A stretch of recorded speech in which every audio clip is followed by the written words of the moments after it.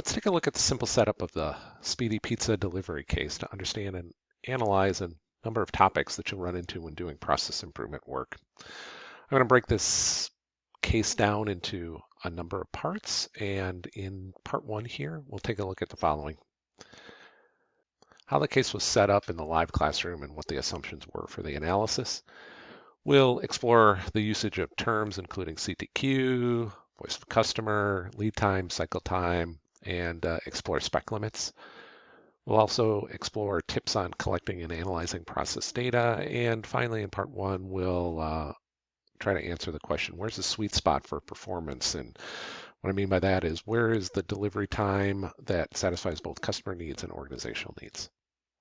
When we viewed the case in the classroom in the Speedy Pizza Maker case, the assumption was that Speedy Pizza only serviced one customer type. And I know that that is unrealistic in real life scenarios, but we do it on purpose so that folks don't turn this case into something around marketing preferences or pricing decisions, all which could be explored, but instead to focus on process specific issues. And so in the case setup, the assumption was they're only going to service one customer type, the absent-minded professor. And I go into a long story about how I forgot to make a meal for my family and I need a pizza delivered to our home as quickly as possible. It doesn't matter if it's warmed over shoe leather for the whole family. It just needs to arrive the door as quickly as possible. And in the case setup, they promise a 30-minute delivery time, and it arrives at the 40-minute mark. Okay, so with that information, a set of questions are given to the class, and then we go off and we explore some answers. One of the things that I wanted to do in the case was I wanted to introduce this dotted line at the 30-minute mark. In the case, we call it the delivery promise. But what we call it in the world of process improvement is a customer specification limit, sometimes called a CSL. Frequently, customer spec limits have both an upper specification where anything outside, let me erase that and place it over here. In an upper specification limit, anything outside of the zone is the frown zone. So this would be the upper region, the upper spec. And in some process environments, especially manufacturing, you might also have a lower specification limit. Anything below that line is also in the frown zone. You know, where you couldn't cut the piece of steel too large or too small. In this case, it's only an upper specification limit, and so we'll clean up the screen and just show this upper spec limit. There we go. So clean it up a little bit, reference the upper specification limit at 30 minutes, and anything below that is what we're looking for. And in the class, one of the concerns that participants point out right away is, what about 31 minutes? What if we get a pizza right here at the 31-minute mark?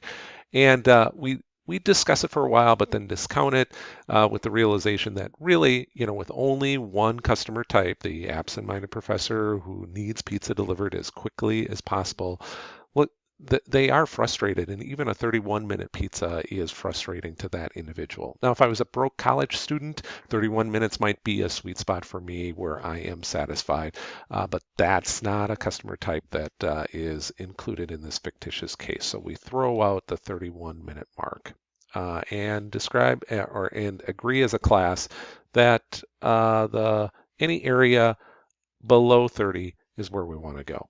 And the closer we get to the closer we get to zero, the closer we get to perfection, the happier the customer will be. The problem is that moving performance a little bit, say from 40 minutes to 29 minutes, that might be done through traditional process improvement techniques. Let me draw that. So we've got we started here at 40. And moving performance, say, to 29. That's going to require taking a look at waste, taking a look at rework loops, taking a look at variation, but could be done through process improvement work. But if I want to continue to move performance closer and closer to zero, I'm going to have to invest in capital equipment, new technology, and there's going to be an outlay that the organization has to make in order for that to happen. It's not that the organization doesn't want to do an investment in these things, but there are limits. And so there is this pushback that occurs. The org is pushing, let me start back here because I think I've run out of screen space. So there is a pushback here in which the customer wants performance to go towards perfection. The organization can't overly invest. They certainly don't want to go outside of the sweet spot in this region. Or outside of the specification limit, I should say, in this region, because then they're giving away free pizzas, and that's also no good. So it's somewhere less than 30, but it's not close to zero. And the class finally agrees on a sweet spot location that is right about, usually right about here at about the 27, I'll say 28-minute mark. Customers happy, getting pizza relatively quickly, organization's not overly investing, both groups are satisfied. And then we do big reveal and ask, well, what's the problem here and how do we fix it? And the realization that the entire class makes is that with a single data point, we don't know that we have a business problem. This could have been a 1 in 10,000 occurrence, and giving away one free pizza in 10,000 tries could be part of the price of doing business at Speedy Pizza and perfectly appropriate. But if this is happening, say 1 in 4 times, 1 in 10 times maybe, that's too costly. But we don't know. With only a single data point, we're not sure. So we're going to have to go out and collect additional data. Some of the additional data that we'll want to collect is definitely occurrences, but there are other critical to quality factors that might affect being able to get the pizza delivered in 30 minutes or less. Things like delivery range.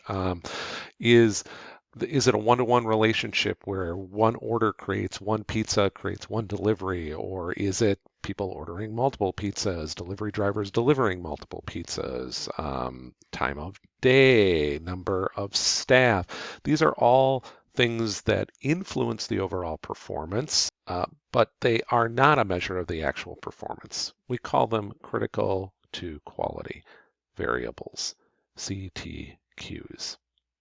The overall performance is something that's important to the organization and to the customer. In this case, it's a time-based metric, and what we're measuring is from the beginning of the order to the time that the customer receives the pizza and can start to eat, and we'll call that the total lead time. And we typically describe lead time with the acronym LT. Different than cycle time, which is all of the operational steps that are associated with creating and delivering that pizza off, the order, the build, the bake, the package, and the delivery. We even took a look at some of those operational parameters in an earlier part of the class when we were looking at process mapping techniques. I'll try to insert an image of what all those different operational parameters are.